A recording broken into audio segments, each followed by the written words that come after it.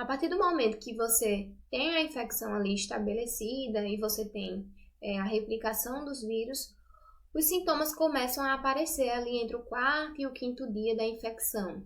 O paciente ele pode apresentar dor de cabeça, coriza, congestão nasal, tosse, geralmente é uma tosse seca, dor de garganta, espirros, pode haver perda de olfato e também do paladar, falta de ar, diarreia e também dores musculares. Todos esses sintomas são bem característicos da ativação do sistema imunológico, que foi iniciado em resposta a esse processo infeccioso iniciado pelos vírus ali no trato respiratório. E aí a gente entra na resposta imunológica. Uma vez que o vírus entrou ali na célula via enzima conversora de angiotensina 2, mecanismos da resposta imunológica vão ser deflagrados, como, por exemplo, indução de vias apoptóticas. Então, a célula vai começar a ativar o processo de morte celular, como eu falei anteriormente. No entanto, essa apoptose acaba resultando em lesões ali na região do pulmão. E também vai acontecer a liberação de citocinas, principalmente citocinas pró-inflamatórias e quimiocinas, que vão estimular o recrutamento de células do sistema imunológico para aquela região que está infectada, para aquela região que está passando por aquele processo de infecção. E aí, para que a resposta imunológica seja deflagrada, é necessário que haja o reconhecimento dos vírus através do sistema imunológico inato. Esse reconhecimento dos vírus vai ser através de receptores de reconhecimento de padrões, os PRRs. Existem diversos receptores de reconhecimento de padrões descritos na literatura. Um desses receptores é o receptor Toll-like. E esses receptores, como mostrado na figura, existem diversos, tipo 1, 2, o 4, 5, enfim. No entanto, somente o receptor Toll-like 7 e o receptor Toll-like 8 é que vão ser capazes de reconhecer RNA viral de fita simples, como é o caso do SARS-CoV-2. E aí, uma vez que houve esse reconhecimento, o sistema imunológico começa a deflagrar os mecanismos imunológicos. E aí a gente vai ter, por exemplo, a produção de interferon, principalmente interferon alfa e interferon beta. Uma vez que esses interferons tipo 1 foram produzidos, vai haver a ativação de enzimas que são capazes de atuar no processo de replicação viral. Então, você vai ter aí uma degradação do RNA dos vírus. No entanto, os vírus, o SARS-CoV-2, especificamente, ele já pode ter desenvolvido estratégias para regular negativamente a produção desses interferons. E aí a gente já consegue ver a questão da coevolução, onde a coevolução entre o hospedeiro e os vírus, onde um vai se adaptando, às pressões exercidas pelo outro, como é o caso aqui desse mecanismo, de bloqueio da produção de interferon pelos vírus. Outro mecanismo imunológico vai ser a produção de citocinas pró-inflamatórias e quimiocinas, que vão atrair células do sistema imunológico para o local da infecção. Então, aí você vai ter recrutamento de monócitos, recrutamento de macrófagos e células T. Essas células, em conjunto, vão oferecer para aquela infecção uma inflamação adicional.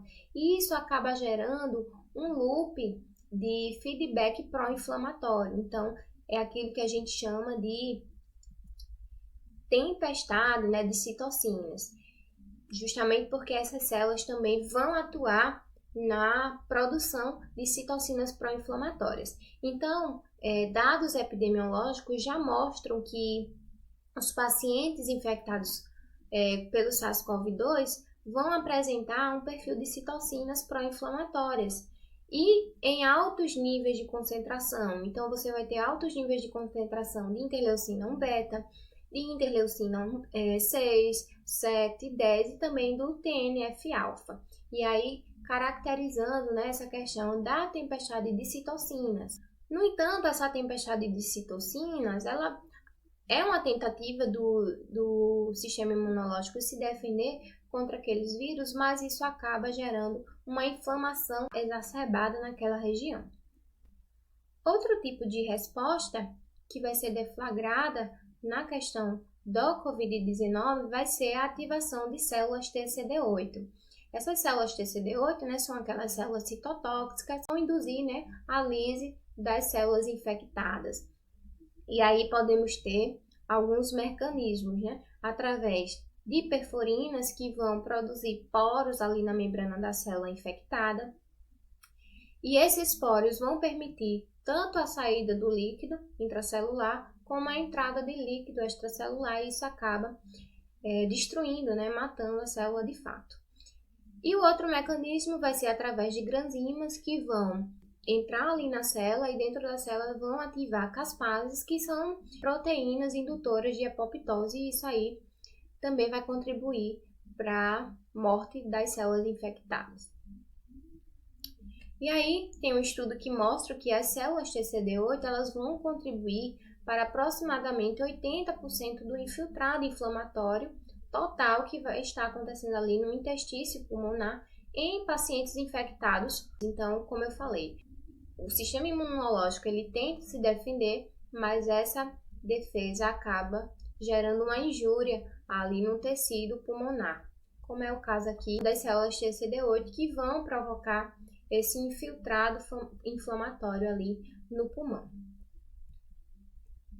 E o outro mecanismo da resposta imunológica adaptativa vai ser a produção de anticorpos. Então, nós vamos ter a produção de anticorpos pelos linfócitos B, através de um sinal que vai ser mandado, né, pelos linfócitos TCD4. Então, uma vez que o linfócito TCD4 ele dá essa ajuda, né, por isso que ele é chamado de helper, então ele envia esse sinal ali, os linfócitos B começam a produzir anticorpos. E muitos desses anticorpos vão promover a neutralização do vírus. Então, é como mostrado aqui nessa última figura, os anticorpos eles vão neutralizar o vírus e isso acaba impedindo aquele processo de adsorção. O vírus não consegue se ligar e, consequentemente, não consegue entrar ali na célula hospedeira. E aí nós temos o diagnóstico. Então, o diagnóstico ele vai ser principalmente por técnicas de biologia molecular e por técnicas sorológicas. Então, lá no dia 0, né, o dia que vai ocorrer a infecção, e as cópias virais vão sendo produzidas a partir dessa infecção.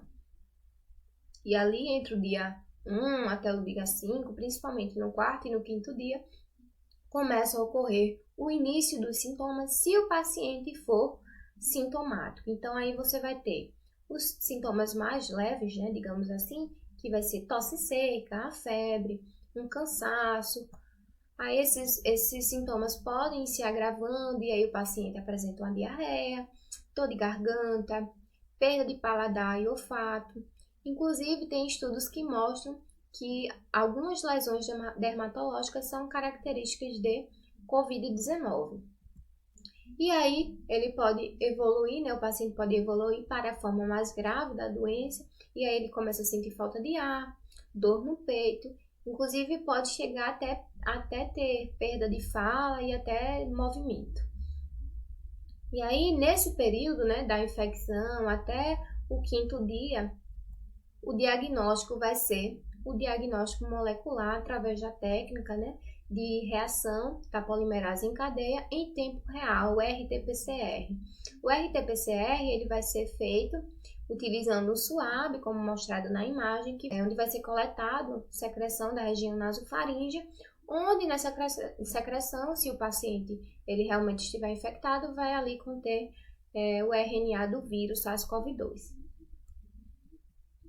A partir do 7º dia, a carga viral ela vai decaindo progressivamente e aí dá espaço para a produção de anticorpos. A partir do dia 7, nós vamos ter a produção de IgM, que marca ali o início, né, da infecção, marca uma infecção mais aguda.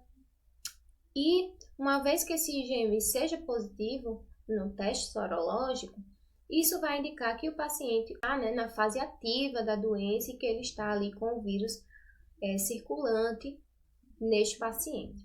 Enquanto que, a partir do 14º dia, você vai começar a ter a produção de anticorpo IgG, que vai estar relacionada à infecção mais tardia, à infecção mais crônica, ou pode significar que aquela pessoa, aquele indivíduo, ele já teve contato com o vírus em algum momento.